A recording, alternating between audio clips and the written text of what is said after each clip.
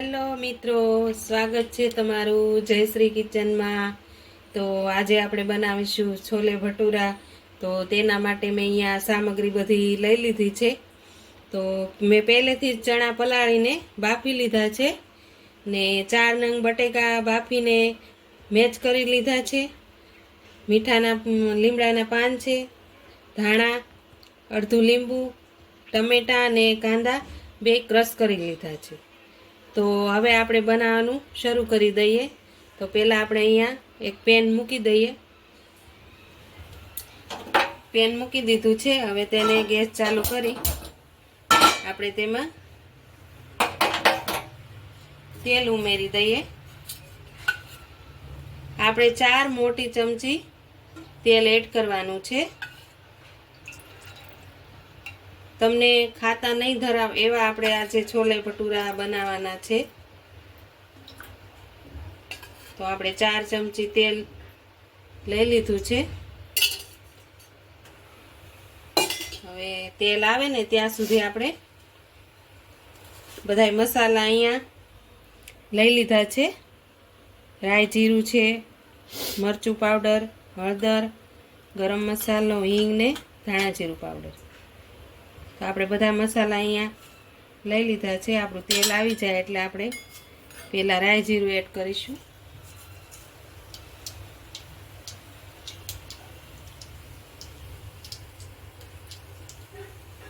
તો આપણું તેલ આવી ગયું છે। આપણે રાઈ જીરું એડ કરી દીધા છે।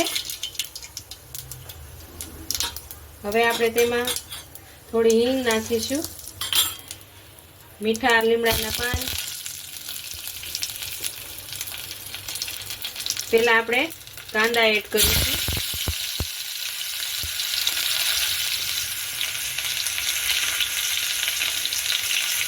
કાંદા થોડા સતળાય પછી આપણે ટમેટા એડ કરીશું।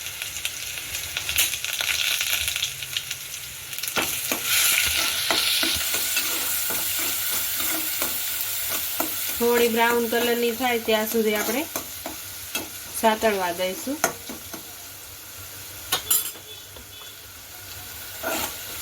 તો આપણા કાંદા થોડા સતળાઈ ગયા છે। હવે આપણે તેમાં ટમેટાની પ્યુરી એડ કરીશું। આ શાક એટલું સરસ બને છે કે આપણને ખાવાની પણ બહુ મજા આવે છે। તો આ રીતે આપણે મિક્સ કરી લઈશું। હવે તેમાં આપણે મસાલા એડ કરી દઈશું। હળદર પાવડર, ધાણા જીરું પાવડર, ગરમ મસાલો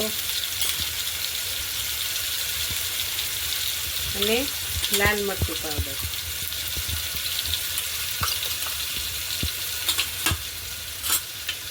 તો સારી રીતે બધું મિક્સ કરી લઈશું।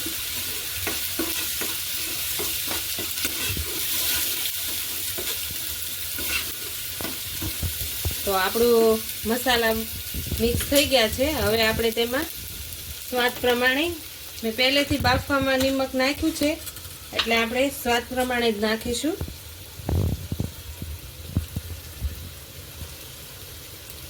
અને થોડી મીઠાશ આપવા માટે થોડી આપણે ચપટી ખાંડ ઉમેરીશું। તો આપણો શાકનો સ્વાદ એકદમ સરસ રીતે આવી જશે।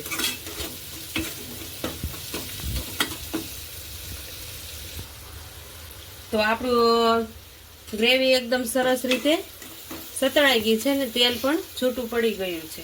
તો હવે તેમાં આપણે અડધી ચમચી જેટલો લીંબુનો રસ એડ કરી દઈશું અને જે બટેકાનો માવો કર્યો હતો તે આમાં આપણે ઉમેરી દઈશું।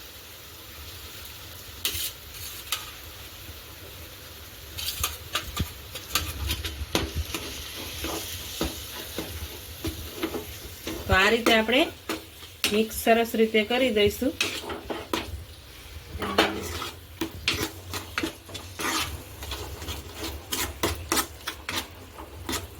તો બધો મસાલો રેડી થઈ ગયો છે। હવે આપણે તેમાં ચણા એડ કરી દઈશું।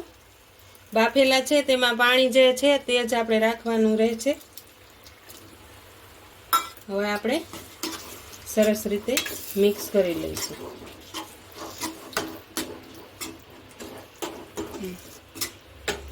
તો આપણું છોલે ચણાનું શાક એકદમ સરસ થઈ ગયું છે. તો આપણે ઉપરથી ધાણા એડ કરી દઈશું. આ રીતે આપણે છોલે ચણાનું શાક બનાવવાનું રહેશે. તો તૈયાર છે આપણું છોલે ચણાનું શાક. તો હવે આપણે તેને એક સર્વિંગ બોલમાં લઈ લેશું.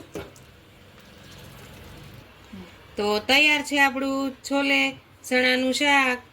તો આ રીતે આપણે બનાવવાનું રહેશે. ને તો જો તમને મારી રેસીપી પસંદ આવી હોય તો લાઈક કરજો, શેર કરજો ને સબસ્ક્રાઈબ કરજો. કોમેન્ટ બોક્સમાં જરૂરથી જણાવજો કે તમને મારી રેસીપી કેવી લાગી.